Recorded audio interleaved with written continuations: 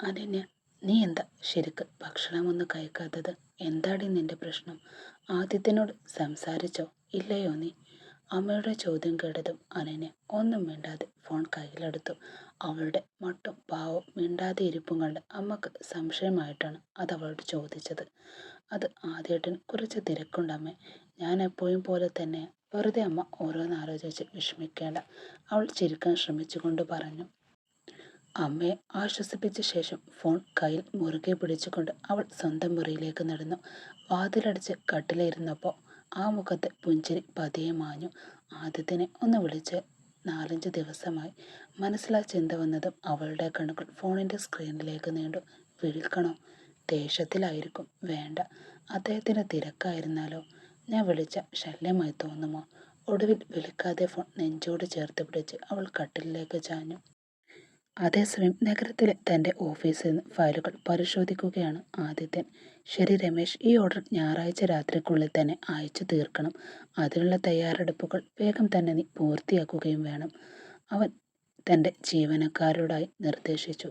ശരി സർ എന്ന് പറഞ്ഞ് രമേശും പുറത്തേക്ക് പോയി. ആദിത്യൻ കസേരയിലേക്ക് ചാരിയിരുന്ന് നെറ്റിയിൽ കൈവച്ചു. കഴിഞ്ഞ കുറച്ച് ദിവസങ്ങളായി മനസ്സിനെ അലട്ടിക്കൊണ്ടിരിക്കുന്ന ഒരേയൊരു കാര്യം അനന്യയായിരുന്നു. അവൾ വിളിക്കുമെന്ന പ്രതീക്ഷയിൽ എത്രയോ തവണ അവൻ ഫോണെടുത്ത് നോക്കിയിരുന്നു. പക്ഷെ അവളുടെ ഭാഗത്തുനിന്ന് ഒരു വിളിയും വന്നില്ല. അവൾ വിളിക്കുമെന്ന് കാത്തിരുന്നതൊക്കെ മതി, ഇനി അവളെക്കുറിച്ച് ചിന്തിക്കേണ്ട. അങ്ങനെ മനസ്സിനെ പറഞ്ഞു പഠിപ്പിച്ചു കൊണ്ടിരിക്കുമ്പോൾ മേശപ്പുറത്തുനിന്ന് ഫോൺ ശബ്ദിച്ചത്. ഒരു അപരിചിതമായ നമ്പർ. ആദ്യത്തെ ഒരു നിമിഷം സ്ക്രീനിലേക്ക് നോക്കി, പിന്നെ പതിയെ ഫോണെടുത്ത് ചെവിയോട് ചേർത്തു. ഹലോ. അപ്പുറത്ത് നിന്ന് മടിച്ചുള്ള ശബ്ദം. ഹലോ, ഞാൻ അനന്യ സംസാരിക്കുന്നത്. ആ ശബ്ദം തിരിച്ചറിഞ്ഞ നിമിഷം തന്നെ ആദിത്യൻ്റെ മുഖം മാറി. ദേഷ്യം കൊണ്ട് അവൻ്റെ മുഖത്തെ ഞരമ്പുകളെല്ലാം വലിഞ്ഞു മുറുകി. ഒരുപാട് നാളായി കേൾക്കാൻ കാത്തിരുന്ന അതേ ശബ്ദം. പക്ഷെ മനസ്സിലെ വാശിയും വേദനയും ദേഷ്യവും അവനെ വീണ്ടും പിടിച്ചു കെട്ടി. ഒരു വാക്കുപോലും പറയാതെ അവൻ ഫോൺ കട്ട് ചെയ്തു. അനന്യയുടെ മുഖത്ത് ആ നിമിഷം ഒരു അമ്പരപ്പ് നിറഞ്ഞു. സർ. അവൾ വീണ്ടും ആ നമ്പറിലേക്ക് നോക്കി. അവളുടെ വിരലുകൾ പതിയെ വിറക്കാൻ തുടങ്ങി. എന്നോട് ഇത്രയും ദേഷ്യമാണോ? അവളുടെ കണ്ണുകൾ അറിയാതെ കണ്ണുനീർ നിറഞ്ഞു. അനന്യക്ക് മുഖത്തടിച്ചതുപോലെ തോന്നി. ആദ്യത്തിന് പരിഭ്രമമായി.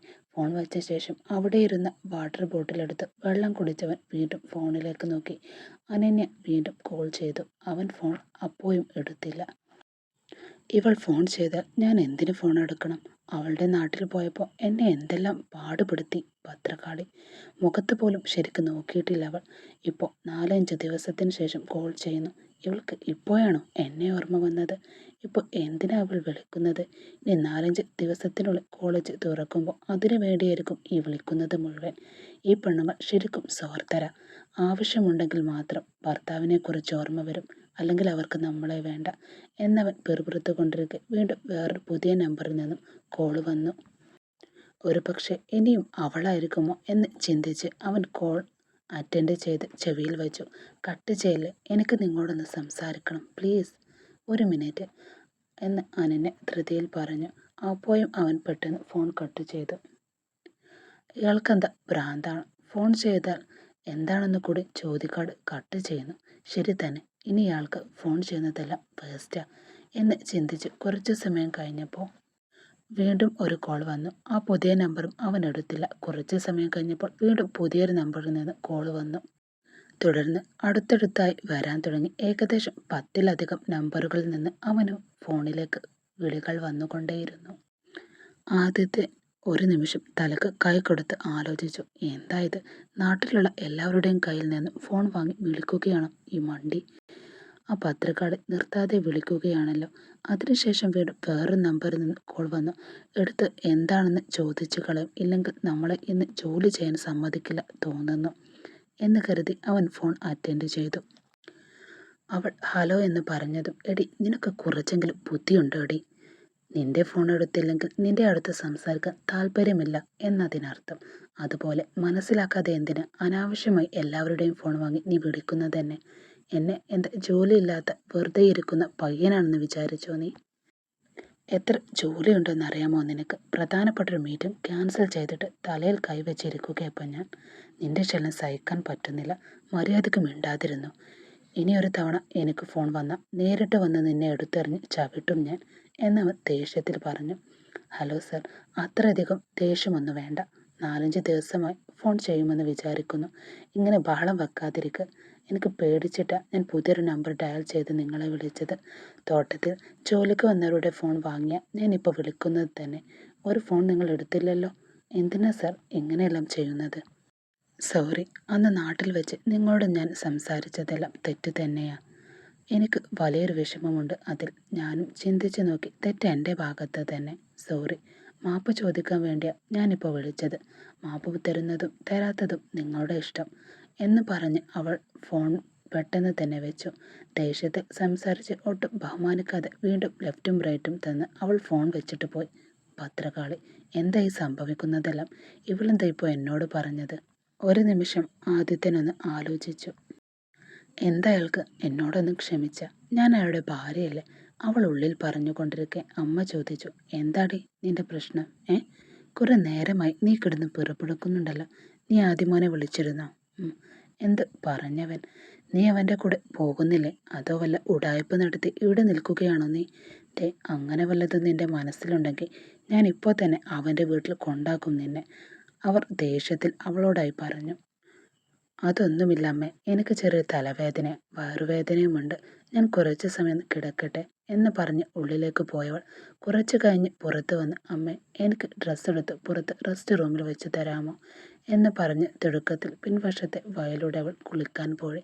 അമ്മ അവൾക്കുള്ള വസ്ത്രങ്ങളും നാപ്കിനും എടുത്ത് റെസ്റ്റ് റൂമിൽ വെച്ചു കൊടുത്തു. അതിനുശേഷം കുളിച്ച് പുറത്തേക്ക് വന്നു.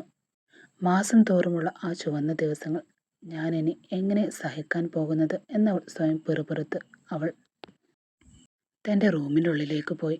ആർത്തവ സമയത്തുള്ള വയറുവേദന കാരണം ചുരുണ്ടുകൂടി അവൾ കിടന്നു. പതിവ് പോലെ അമ്മ ജീരകവെള്ളം കൊണ്ടുവന്ന് നൽകിയപ്പോൾ അത് കുടിച്ചിട്ട് അവൾ വീണ്ടും കിടന്നു. അവൾക്ക് ഞാൻ മാപ്പ് കൊടുക്കണം പോലും. എന്തിന്? ഞാൻ അവളെ എത്ര തവണ പറഞ്ഞതാ ഇപ്പോൾ ഞാൻ അവളെ ഭാര്യയെ കണ്ടു തുടങ്ങിയെന്ന്. അപ്പോൾ അവളുടെ ഒടുക്കമത്തെ പഠിപ്പ്. ഉറങ്ങാൻ കഴിയാതെ വേറെ വഴിയില്ലാതെ തൻ്റെ പിയെ വിളിച്ച് ഒരു വില കൂടിയ മദ്യത്തിൻ്റെ പേര് പറഞ്ഞ് വാങ്ങിച്ചു കൊണ്ടുവരാൻ ആവശ്യപ്പെട്ടു ആദിത്യൻ. അല്പസമയത്തിന് ശേഷം അവൻ മദ്യം വാങ്ങിക്കൊണ്ട് കൊടുക്കുകയും ചെയ്തു. മറുവശത്ത് വയറ് നന്നായി വേദനിക്കുന്നുണ്ടമ്മേ.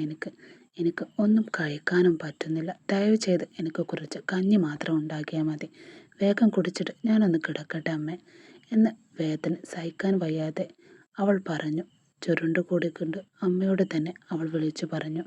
എന്താടിത്, നിനക്കിപ്പോഴും ഈ വേദനയുണ്ടോ എന്ന് അമ്മ ചോദിച്ചു. എന്താമ്മേ, എന്താ പുതിയതായി വേദനിക്കുന്നത് പോലെ നിങ്ങൾ ചോദിക്കുന്നത്?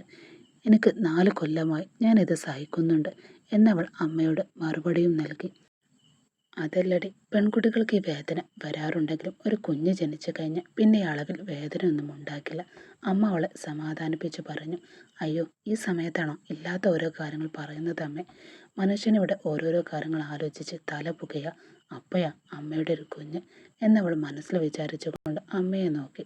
എന്താണെന്ന് അറിയില്ല അമ്മേ, വേദനിക്കുന്നുണ്ട്.